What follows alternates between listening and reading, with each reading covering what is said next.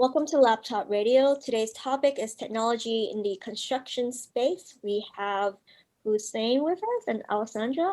Hussein is the co-founder and COO of Eyrus. And then Alexandra is the co-founder and CEO of Eyrus. Hello, how are you? Good, how are you? I'm good. Where are you located? Alex, you want to start? Sure. Do alphabetical. All right, I'll start. We'll go that way. So Alex McManus, I'm actually located just outside of Philadelphia. So on the old R5 train line that runs west of Philly for those that know the area, although our company is headquartered in DC. Oh, wow. And Hussein Cholkamy, co-founder as well. And I'm located in Logan Circle in Washington, D.C. So I'm actually in the heart of the city. Been here for about 20 years. It's been really cool. Alex, tell us your story. And how do you meet your co-founder and how do you begin to work together? My background, I was a mechanical engineer out of the University of Maryland College Park and kind of went into the construction industry early on. In my first job out of college, I worked for a company called the Gordian Group, which was very focused on data and software, kind of helping to manage and process large portfolios of construction, so portfolio programs. A lot of the client types were public agencies, school districts, universities, or kind of any large property owner. And we really organized the construction from the process up to building, right, on site, and then organize all the closeout process. But once you were kind of in construction, I think collectively we all held our breath on the projects and hoped for the best because it was really a black hole in collecting data from the construction site. So I started in that industry. I did get an MBA from Berkeley. So I started on the East Coast, where it was in New York City, moved to the West Coast and worked with the Gordian Group, kind of heading up the West Coast for about 15 years out of San Francisco, and then got my MBA at Berkeley while I was out there. So come 2015, actually, one of my college, Dan Cook, that I went to the University of Maryland with, also, he was a civil engineer, was also working with the Gordian Group, and we were kicking around some ideas to kind of bring technology into the construction space. So we could have the same visibility we had kind of prior to construction with the data and software on these projects we were overseeing. We could see it in construction. Dan lives in DC. He knew Hussein. So I was introduced to Hussein through Dan Cook. Hussein, what is your story? My story, I started actually as an architect. I graduated from University of Arizona and go Wildcats, you know. That's what we compete with Stanford quite a bit. Anyway, basketball. But anyway, I also lived in California for a bit. I worked on design and construction of mostly hospitality projects globally, healthcare global, as well as some sports and recreation. Moved to the East Coast, got an MBA from George Washington University, switched into real estate development after being in architecture for a bit. So basically, I come from the other side of where Alex came from, the private sector in construction and development of properties. And same thing, the biggest challenges we were having on the client side or on the construction side have always been the gaps on data within construction that was related to workforce. And so when I was kicking that idea around with Dan, introduced me to Alex, and here we are. The rest is history. Yeah. I've been reading about Eyrus. What is the aha moment for both of you? I think we were really focused on how do you provide visibility in the construction site, which is by its nature a pretty chaotic, dynamic, and fragmented work site. Because you're basically dealing with a work site that's evolving and ever changing. That's the nature of construction. They're physically building something, so the site is changing. It's very fragmented in that in a typical office building, if you're in your office, everybody works for the same company, right? On a construction site, we could have one owner one GC, a construction management company, maybe a project management company, an architect, and then you might have 200 or 300 different subcontractors working on that project.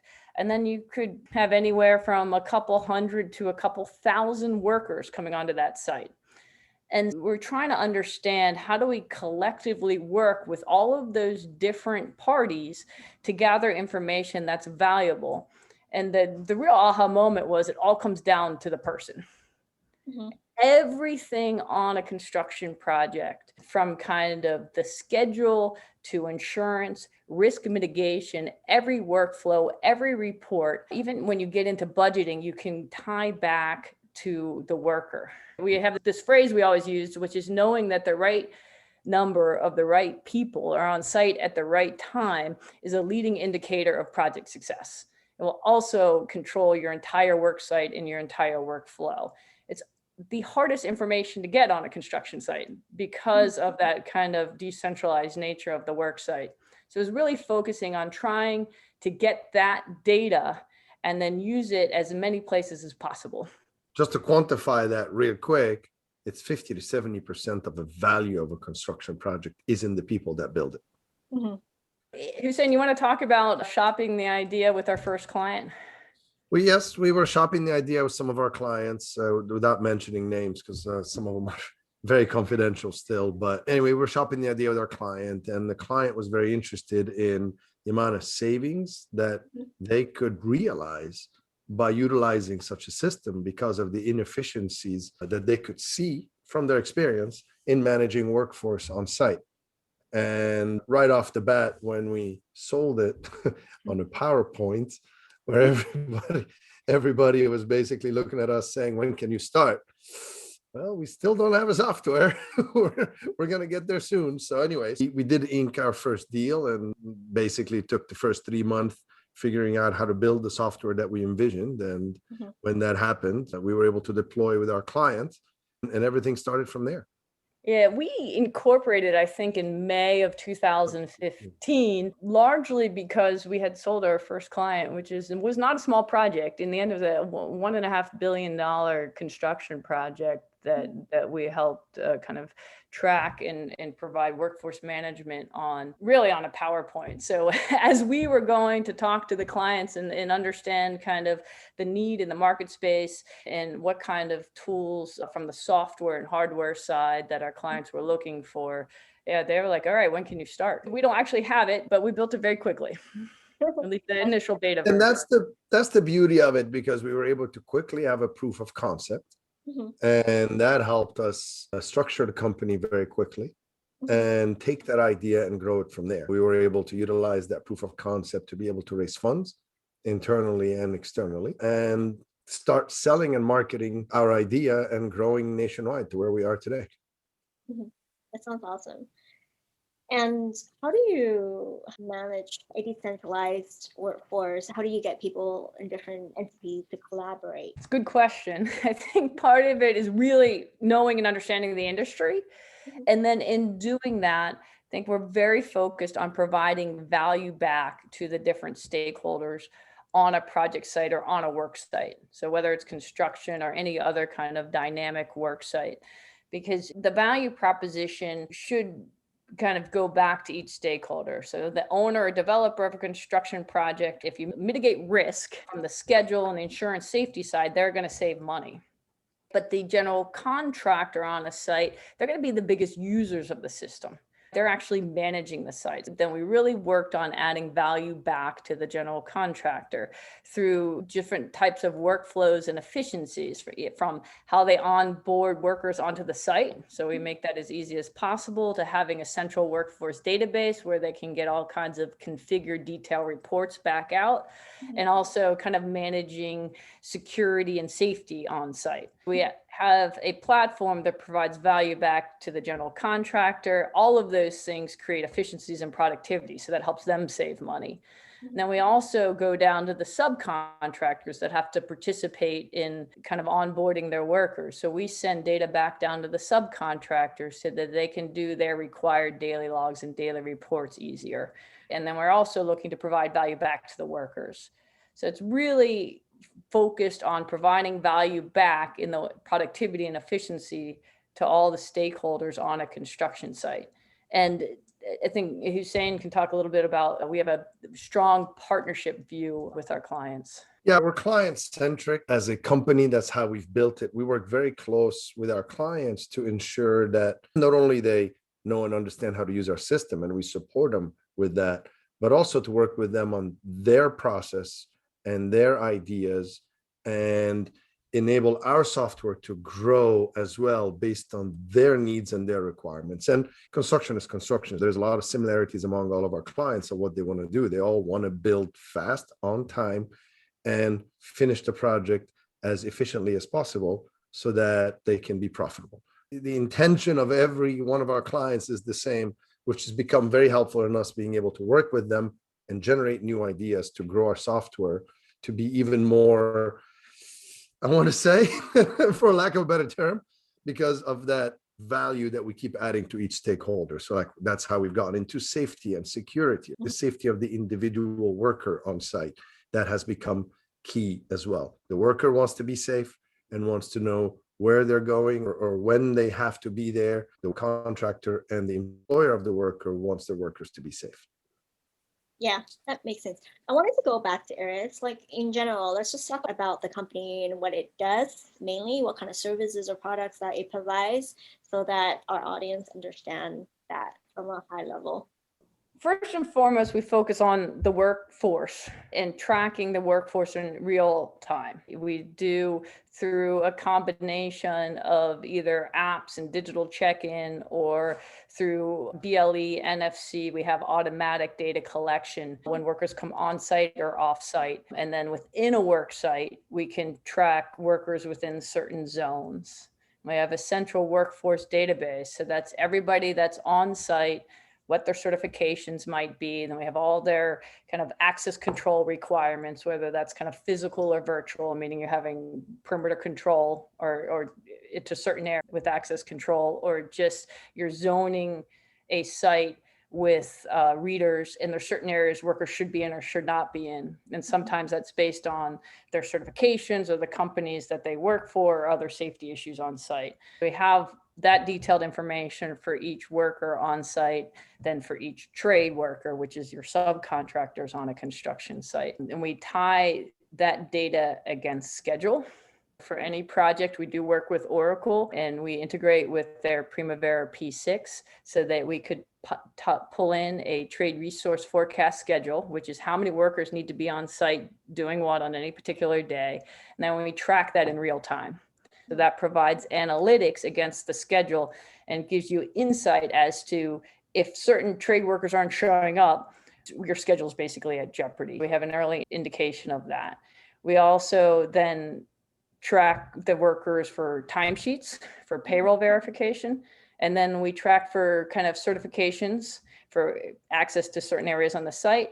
And then also reporting requirements, whether they're demographic reporting requirements, trade union reporting requirements. Yeah, and then we do a lot. We get into the daily reporting and daily logs. I don't know if you want to jump in there, Hussein. Yeah, basically to summarize what Alex was saying is compliance reporting. The last couple of things she mentioned are a lot of our federal and public clients. That's what it's very important for them. I mean, they work with the cities. They want to make sure that people from the local jurisdictions are actually employed on these projects. We help a lot with these compliance reporting. Then the other thing that Alex was about to mention is our daily reporting, which is the progress of a project gets reported via our system. On a daily basis, it's required that the subcontractors need to document what they've built today and what they haven't built and what's behind and what's on schedule. And so they use our system for that. The beauty is they get the information in real time directly from what's being collected on site from a workforce perspective, as well as the schedule, what is in the system. And they're able to document daily through our system what they have done and what they've completed with all the safety requirements and questionnaires and every process requirement that goes into managing those 300 subcontractors that are on site. So you can imagine that you have 300 power users, I want to call them, which are all the different leaders of the subcontracting companies that are completing this report on a daily basis and submitting it to the general contractor for the general contractor to review and to complete their own report in addition to all that, and submit it for the records. Basically, all of the reporting and requirements associated with the workforce and the work site, we're digitizing it all as seamlessly and operationally efficient as possible. And then we're automating it. If we have the data, we're sending it down to the appropriate report or to the appropriate sub or the appropriate safety individual, all through one central platform. We're taking a very dynamic, fragmented work site and visualizing everything that you need to know from one kind of easy to use platform. And so that was our initial goal. And I think that's actually over time what we've created.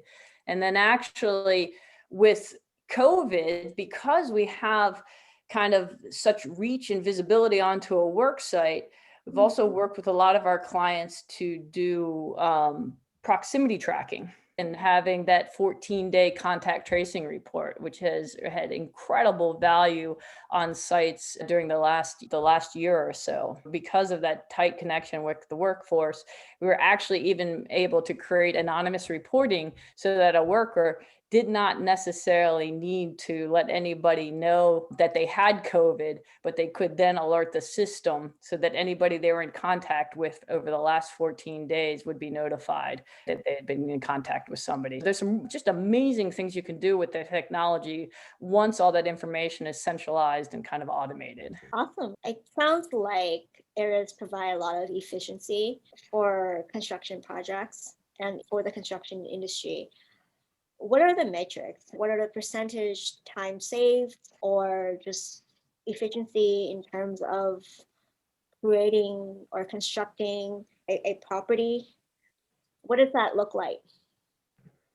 What we've seen is that from the project administration side, for managing the workforce, the subcontractors, all that reporting, you're saving about 25% of the time required to just administer your project, which is pretty significant on the cost of a project.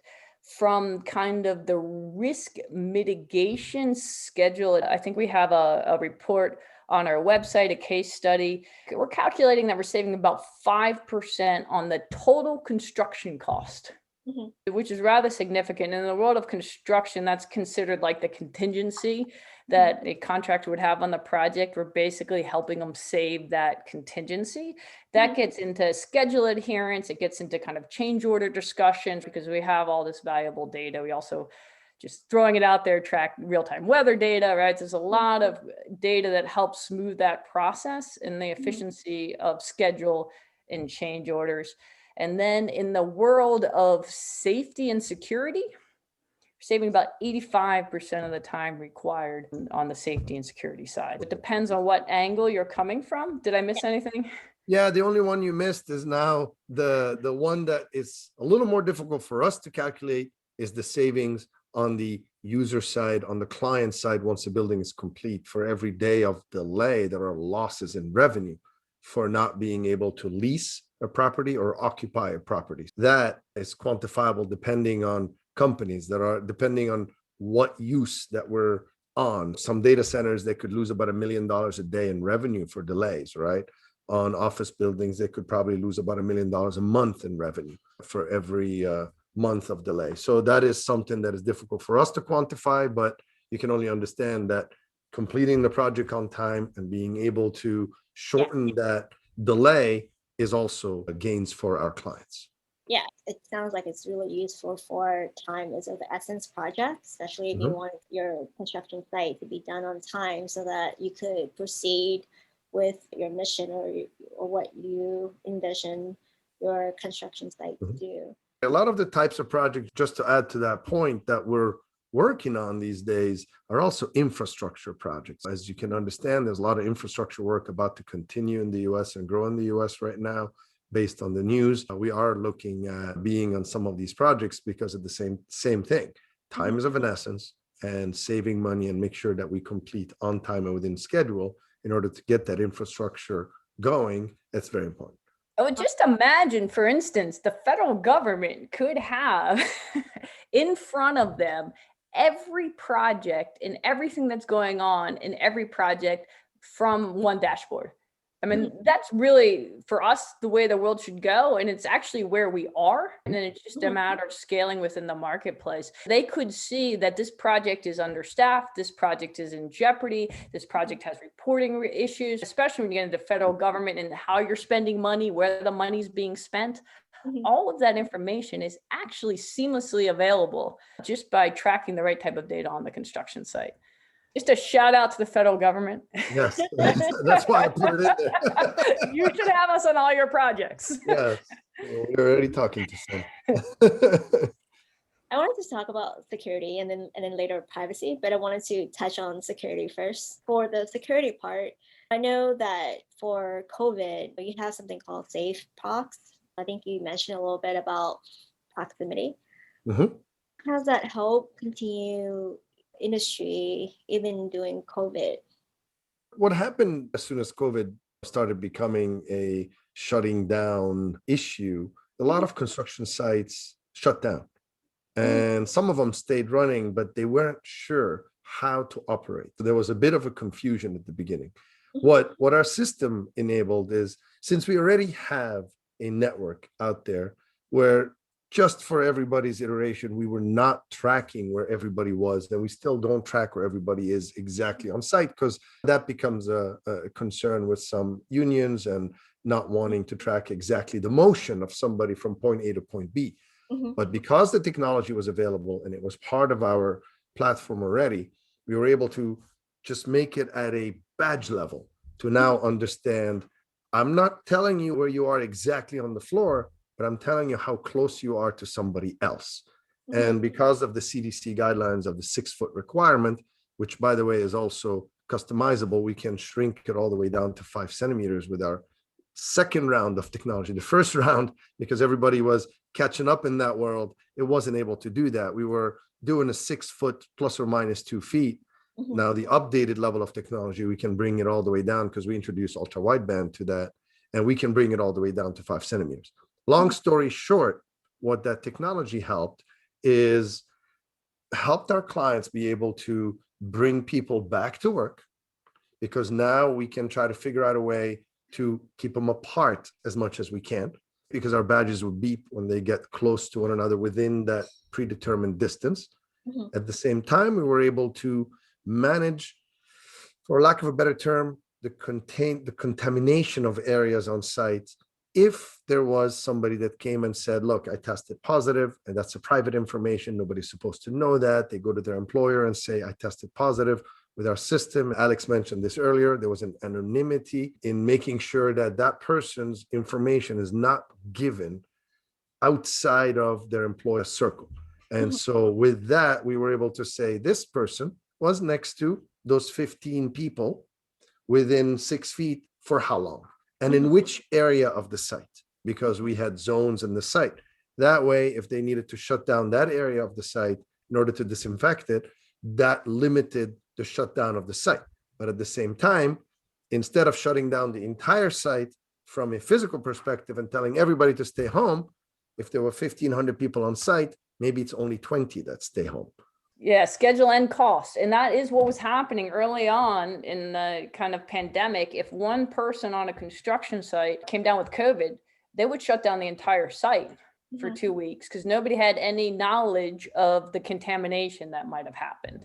As soon as you're able, I mean, that's just the beauty of transparent, visible data. As soon as you're able to understand this person was in this areas and they had contact for 15 minutes with these individuals, then you're really narrowing how many individuals need to be kind of sent home for 2 weeks or whatever the requirements would be at the time. I think everybody has been trying to kind of move with the new guidelines, but that gave them a lot more detailed information to comply with guidelines without drastically negatively impacting the work site. And I'm just going to make another shout out, but that works on construction sites and it works in office sites, right? And if you're a manufacturing site and you're really concerned about kind of detailed zone data, we can also provide that as well. Because these are the fields we are into outside of construction.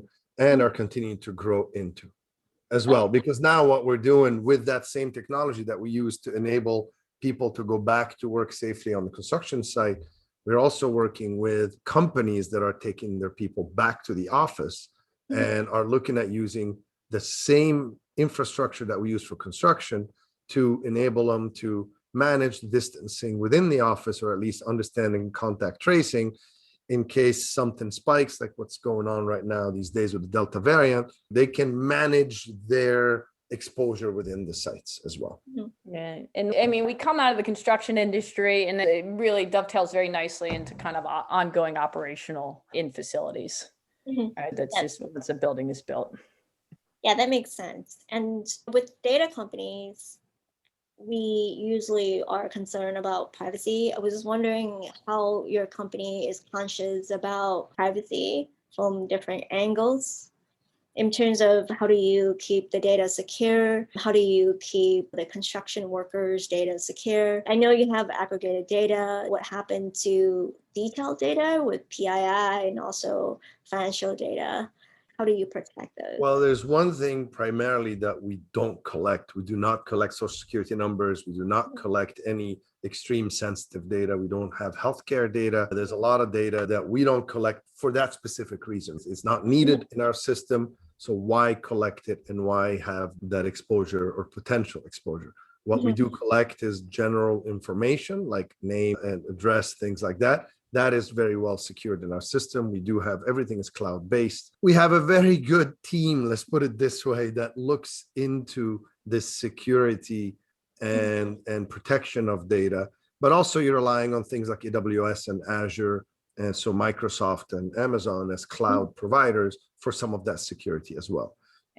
In the field, what we have is anything that is collected via hardware, if it's a BLE badge or NFC or anything, all of that is collected with a serial number basis. There really isn't any sensitive information floating out in the air out there in the field between collection and our cloud. It gets deciphered in our cloud, and that's where it's converted to knowing that that's Hussein's or Alex's badge. And that's their information. We are GDPR compliant and all the different regulation required in the US. California has their own, which we also meet. We work hard on that, staying on top of that. Awesome. Alex, you wanted to add something? No, pretty much the same thing. I mean, I think the big things are we split the clouds, that we encode and encrypt any data that's sent, and there's really no personal information that's available that's sent, and then it's all in the secure cloud when we're dovetailing that with any personal kind of information. But there is we don't capture personal identification as far as driver's license, social security numbers, or anything like that. It's just not necessary. And everything we do capture, which is really important when you get into the privacy laws, is by our contracts. We are not capturing or selling data outside of the contracts we have. We don't make any money selling the data to anybody else, and we don't have any other use for the data. And I'll add for SafeProx, what our team came up with is a unique ID actually that is generated by the system that we don't even know ourselves, which is very interesting. So every person in our system gets generated a unique ID, and that is associated with their contact tracing report. And that only can be deciphered by the employer of that person via our system as well. So in other words, we don't even know. We don't even know. It's like we sit there and somebody reports they tested positive or we need a contact tracing. Our team is scratching their head saying, I can't help you. If you can't decipher it on your end, I don't know how to decipher it on my end, which is pretty interesting how our team built it. I mean, kudos to them. Yeah, that's awesome. Whoever thought of that. Okay, I have the most important question. Do you have anything that you want to share that I have not asked you? Maybe I can start on that one. Share it that you haven't asked. Well, it depends on, I guess, the journey of a startup is something we haven't really talked about. Like we started from scratch. There was nothing here. We've built it up to be a nationwide corporation. We are growing overseas right now. We do have more than a dozen employees full-time. We've had some very loyal team members people that believe in us and believe in the company just as much as we do. And we've provided a very entrepreneurial environment for our team members. Everybody works from home, believe it or not, from day one. We really don't go to the office. We've been a virtual company from day one. Some will argue that that's a good thing. Some will argue that it's not. We typically go back and forth together, whether it's a good thing or a bad thing. What we've learned from it is, first of all, when the pandemic hit, it didn't affect us. It affected our clients, but it didn't affect us because everybody was already working from home. But what it enabled us to do is to recruit talent nationwide, not only be focused on the talent in where our office is. Probably that was helpful because of the size of our company. If we were the size of Amazon, it might not be as easy, but at our size, it's probably been beneficial. The journey of a startup, if people are thinking about going on their own and doing what we did, is not an easy journey. It is a journey that has a lot of ups and downs. It is a journey that requires nerves of steel and requires support from a family and from a good bank account. Because at the end of the day, nobody's there to pat us on the back and say, you've done a good job. We have to keep going. There's ups and downs if we're in the down, and nobody's there. We have to sometimes continue to pump in cash into the company, especially at the beginning, in order to keep our idea and our thoughts going. A lot of planning happens and a lot of thinking should happen before you do a start. My only thought, I was going to bring it back more to like the data and the construction side. I agree with everything Hussein said, but in technology and construction, which is still, I think, a relatively new, and if you're a contractor out there, if you're looking to adopt technology, I think there's three things that we always talk about that they should be focusing on. And to me, they're always just concentric circles. You're going to get your accuracy of the data that you want to collect, the operational efficiency or difficulty in setting up and collecting that information, how much it streamlines with your operations or takes away from it, and then the cost of that data or technology. And we've built a platform so that we can fit within a lot of different project types to meet those needs, from layering in data accuracy to fitting operational efficiencies. But any technology somebody's looking at in the construction industry, I think if you're building it, you want to keep those concentric circles in mind. And if you're going to be a user of it, you want to keep that in mind. Especially, it's a busy field. It's very crowded and there's a lot going on. We want to make sure people get value out of the technology they're using. What are some of the challenges when you're building a company from zero to customers, from a startup to having customers and having investors and having employees who believe in the company to carry out the vision? It's about the vision and the belief in ourselves. Starting with that is basically Alex and I and our partners when we started the company. But it's also in what I mentioned earlier, like a proof of concept. You want to test your idea. Your idea wants to make sense before you start pumping cash into it.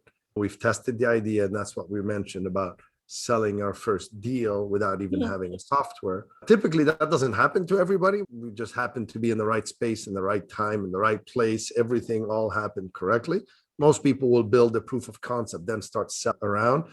And then after that is about continuing to beat the drums and continue to just grow it and learning from your clients, bringing people on board that will believe in your vision, believe in the company, and will push as well with you. Because everybody is part of that. We call it a family. Everybody's really pushing together. Everybody's rowing together. One has to row. One has to lead it, but we all row together to the finish line. And the finish line is about continuing to grow. There isn't really an actual finish line, but it's an ability to just continue to grow the team, bring more team members that believe in you. It is a fun experience. Let's just put it this way. And then Alex, what is your vision for the company in terms of the time period of 5 years? For both of us, we think that there's two sides of that vision. One is back to what every property owner should have, right? Any property builder is they should be using Eyrus to see what's happening on their projects from their laptop. They have an entire dashboard available to them on every project and what's happening on those sites. Big picture, we would like to grow as much of that marketplace in the enterprise level as possible. But then down to the worker level, we would like to see everybody have an Eyrus ID, so that when they come to a job site, the onboarding is easy, their data comes with them. And on the other side, they get credit for being there. Their certifications come with them, which means it's going to be a safer site. And then they're going to have third-party verified information that says, I was on that site and I showed up every day and I did these tasks. We want to really bring that transparency all the way down from the high-level portfolio view to the individual value of the worker. Everybody benefits from that data. Awesome. And what is one piece of advice that you have for the community? I was going to be geeky and be like, make sure you have a central workforce database. No. When you say community, I'm assuming your listeners are either entrepreneurs or also in an industry or trying to. So maybe the advice is different depending on the listener. But if your listener is trying to build a company, I think we've mentioned have a good support system to do that. If your listeners on the technology front trying to grow a company, manage the data, manage the security, and understand your user, your client, and cater towards what they're looking for, which is what we've done in the construction industry. Yeah, usually when I say community, it could be the Stanford community, the Bay Area community, or it could be your community, or even the planet. I think that's just very subjective. Or it could be all the construction sites, all the enterprises on the planet. I will say this, I think in a lot of industries, the digital transformation is really just beginning. Construction is one of them. There's just so much room for innovation. Regardless of the industry you're in, understanding the requirements and the constraints on your customer, I think is really very, very important. Some of the industries that are laggards in the kind of digitization are laggards because there's a lot of requirements and constraints in that vertical. And so really being in touch with the customer and understanding what they have to go through. So you're not adding a burden on them when you're adding technology, but you're adding value. And then if you're in an industry, same thought process. Am I getting value back out, or am I just have technology for technology's sake? And to really think through those two things, which I think with our team at Eyrus, we've just done a very nice job of focusing on the customer and trying to add value back to them. And in the end, if you want technology to be adopted, my view is you have to add that value back to the end user. Yeah. And Hussein, what is your one piece of advice for the community again? Well, without pitching Eyrus, I was just saying, my advice was, I mean, in general, I've always dreamed of being on my own, starting my own. Let's just put it this way. It's a dream that I've had since I was a kid, but I didn't know what it was going to be in. But the dream is I really wanted to make a difference. And that difference is in something. I kept on reading and understanding about companies and how they get started from Amazon and others, and they make a difference. Not everybody is going to be the Fortune 50 or Fortune 5, but you can still make a difference. Because it was my industry, construction industry, I was looking at making a difference for the stakeholders, for my clients, for the workers, for everybody. And I believe that I've accomplished that. So at least I'm speaking of I as a person. But Eyrus, we've accomplished a lot together, Alex and I, and the team that we have, based on visions that both the founders had, and our team members and our clients. So it's not the ideas. You never know the entire idea when you come up with it. The day you come up with the idea, it will change quite a bit by the time it becomes reality. Awesome. Thank you both. Thank you. This was much. great. Thanks, Michelle. Thank you. Bye-bye. Bye.